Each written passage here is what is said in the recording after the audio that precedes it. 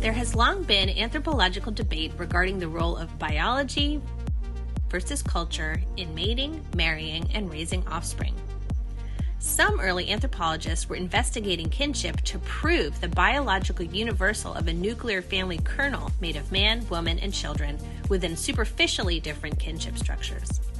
Others have argued that, while the human reproduction fundamentals are immutable, family and kin structures are in fact diverse. As we have seen, variation in mate and partner selection, marital and family forms, and kin determination and selection differ widely across cultures and always have. So, what makes a family?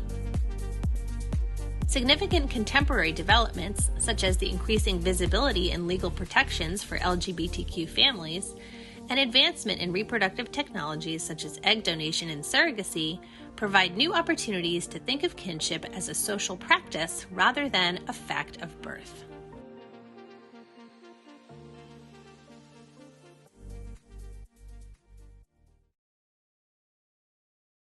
Ethnographies of LGBTQ families not only document gay and queer family life, but disprove assumptions about the biological basis of kinship ties, the idea that blood family is somehow more durable than families we choose. You know, you have to have something to offer in order to lead.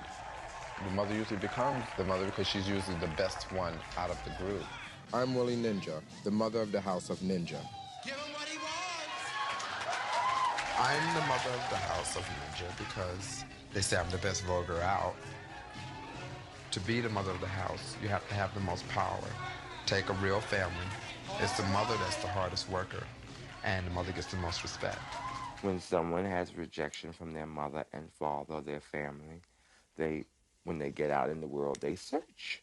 They search for someone to fill that void. I know this for experience because I've had kids come to me and latch hold to me like I'm their mother or like I'm their father because they can talk to me and I'm gay and they're gay, and that's where a lot of that baldness in the mother business comes in, because they're real parents and give them such a hard way to go. They look up to me to fill that void. Ultimately, many of us live in overlapping networks of biological and chosen families with all the paradox and ambivalence that comes with them.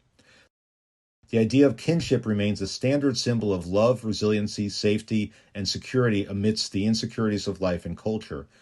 And yet kinship ties take work to maintain and are often more conditional than conventional anthropology would suggest.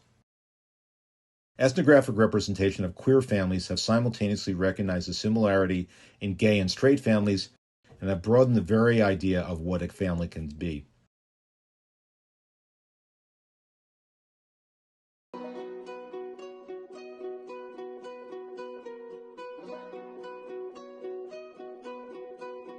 Reproductive technologies provide another opportunity to see how, in the act of creating a family, for many, the actions of kinship are seen as more significant than biological facts. Ethnographic research shows that for many surrogates and intended parents, surrogate babies belong to the parents who want them, not the woman who physically gestated them. For those involved, maternity, bonding, and kin ties are seen not as automatic outcomes of pregnancy, but as a choice. This works on different symbolic levels. Some call upon ideas of biological connection, that the genetic parents are the natural parents and gestation is simply a form of babysitting.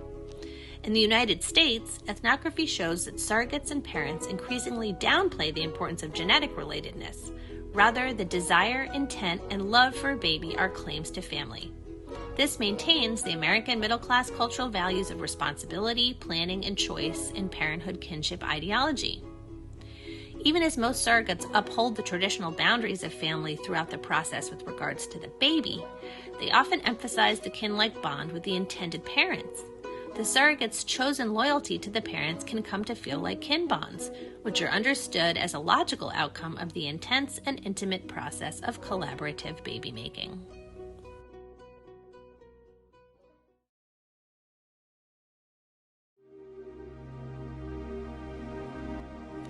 Differences in the embodied experiences of racism and imperialism have often meant that well-meaning white parents have been unwilling or unable to prepare their adopted children for the discrimination they may face.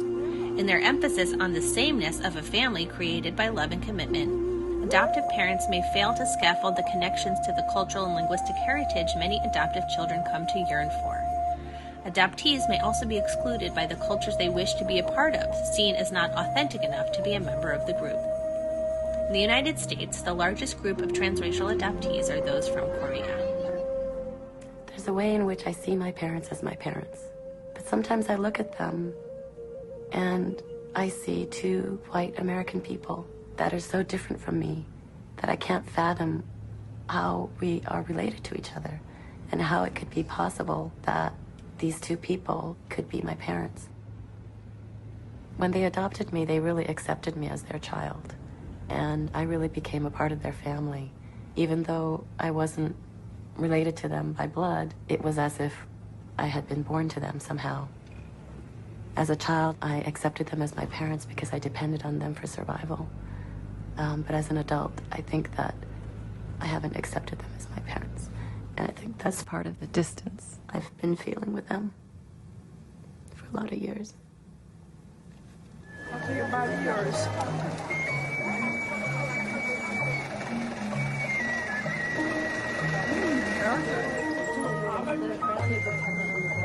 Yeah, I am. Cookies and cream.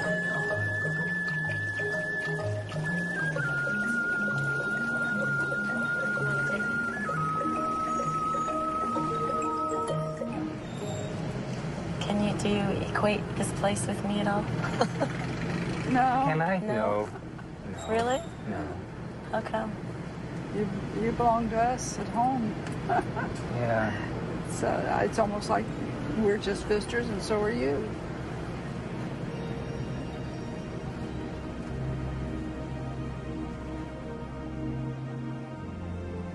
In some ways, there's a visceral kind of familiarity to things, to the air and to seeing all these Korean people, and yet there's also this sense of strangeness.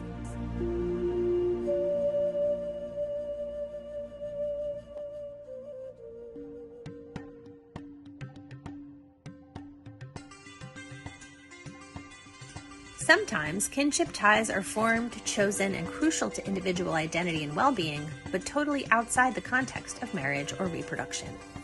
In South India, hijras are considered a third sex. They are born males who play a significant ritual role by voluntarily sacrificing their genitalia to a goddess in return for the power to bless newlyweds and newborns. Hijra have a recorded history of more than 4,000 years. Royal courts held them in high regard, and sacred Hindu texts described them in bright sari and delicate jewelry, bestowing them with special powers to bring luck and fertility. The Hijras are considered to be an incarnation, another form of Lord Krishna, Lord Shiva, and Lord Shakti. Dedicated to a life of asceticism, once they join the community, hijras are expected to cut all ties with their natal family, renounce worldly ways, and embrace asexuality. While some may maintain sexual or romantic relationships with men who they call their husbands, these husbands are emphatically not family. Rather, it is the intricate kin networks of other hijra who will meet social, spiritual, and material needs of belonging and caring. This is reflected in family idioms such as membership in a house or choosing a hijra mother, in addition to a guru to whom one is loyal. These houses provide lineage, descent, and enduring kin relationships.